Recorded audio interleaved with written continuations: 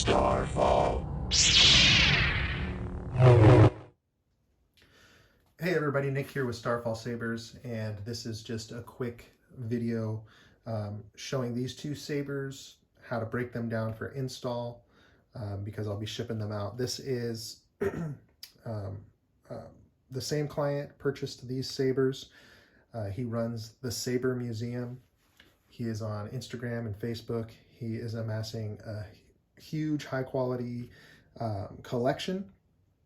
It's really cool, and he has commissioned a lot of sabers from me, and as well as other well-known smiths. So I'm honored and excited to be a small part of his growing collection. This saber here, you probably remember it from Instagram. I posted it. This is a vintage mystery commission. It has a double chamber in the back, which I'll show you. This one here is my client purchased on October 1st, opening a Scrapflex, and then he just asked me if I could do a Sith Scrapflex, and I just said, well, do I have free creative reign on it? And he said, absolutely. And so this is what I imagined for a Sith version of my Scrapflex saber. So let me take you kind of through that first. This also has a crystal chamber. It's got this cool, very Sithy looking blade on the bottom. This is a Scrapflex upper shell. I just painted and baked the enamel on to these pieces. It's very heavy because it has brass cores here and on the handle as well. And so just for a quick rundown of the saber, so this 1032 wrench is going to work for your blade retention and also to release the rear grip. Now the NeoPixel connector set screw is underneath this blade. This is pressure held on with this 832 socket head screw that I lathed down to fit into the socket for this blade. And so right under here is the 832 set screw for the NeoPixel. So you have about 3 inches of blade depth, which is really nice. And this it pressure fits this on. So once you get it straight, I found just holding it like this and just tightening it ever so in small increments until it just pressure fits against the hilt and it doesn't move. You have the Phil Guinness switches here, showing the brass to highlight the rest of the design. Again, just press fit these. You can put a little bit of vinyl tape on the threads and they just press right in, which is nice. So let's, this black wrench goes with the Sith Scrapflex.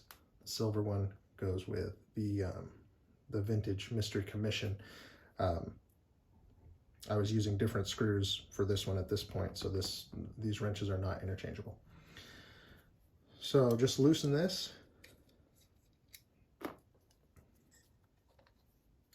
And you have your crystal chamber here. And so this is designed for the chassis that slides in and out, that press fits. And so I know the installer who will be doing this does his own custom chassis, but it'll fit to these dimensions. Same thing with this. And you got your crystal chamber pass-through rods there, so plenty of space. So that's how this one turned out.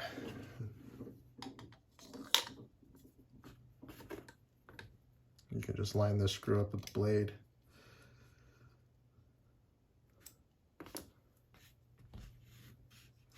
I think this turned out really cool. Nice collection here. They look great together. So this one, my client's only request was that it kind of had a Starkiller-esque crystal chamber and then a double chamber in the back. This is using a Highland Research flash gun, camera flash, all vintage. Everything's vintage on this except for the inner core that I machined for everything to sleeve over. And then this is from a Scrapflex replica. I thought the back needed some detail, so we did that. So taking you for the install, you have a 1032 set screw here for the blade retention, which will also be for releasing the rear grip. This is an 832 set screw for the NeoPixel retention connector, and then I milled out these slots here in the flash and the inner core so that when the Saber lights, you'll get light coming from there. This crystal chamber, this 832 set screw, you loosen that and that will allow you to slide it in and out for able to wire everything. And then it also has space. This is milled out underneath here for undermount tactile switches, the dome tactile switches. And then another installer on my Star Killers also put a like a PLI strip underneath here to light even the chamber in the back there as well. So it had a pixel accent in the cradle for the crystal, and then it had some animated.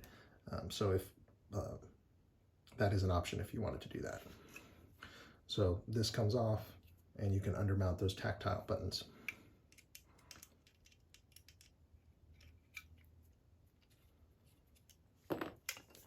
So loosen this and you have this double chamber.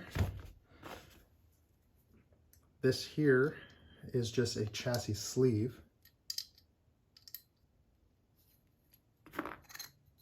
So this comes off, and this chassis, same idea, kind of a press fit chassis here, and then the chassis sleeve will go over it, and you can tighten that down. Not necessary to have this on here,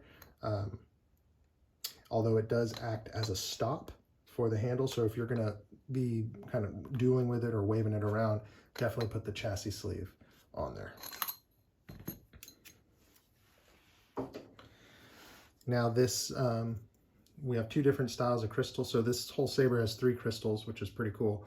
You have the crystal sphere, and then you have a just a classic quartz crystal.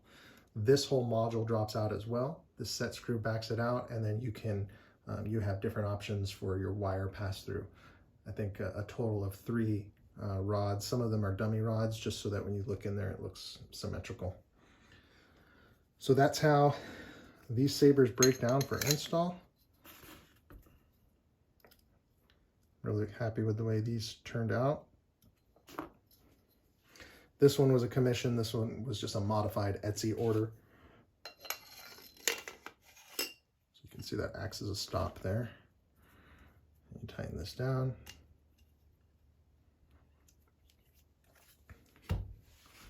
So as always, guys, I'm working as fast as I can to fulfill orders. It just, I guess, it's my lot in life to always be behind. I guess that's just the name of the game when you're building customs one at a time. Feel free to follow me on Instagram at Starfall_Sabers. Thank you so much for the support. I really appreciate it. Thank you for being patient as I work through these orders, and we'll see you next time.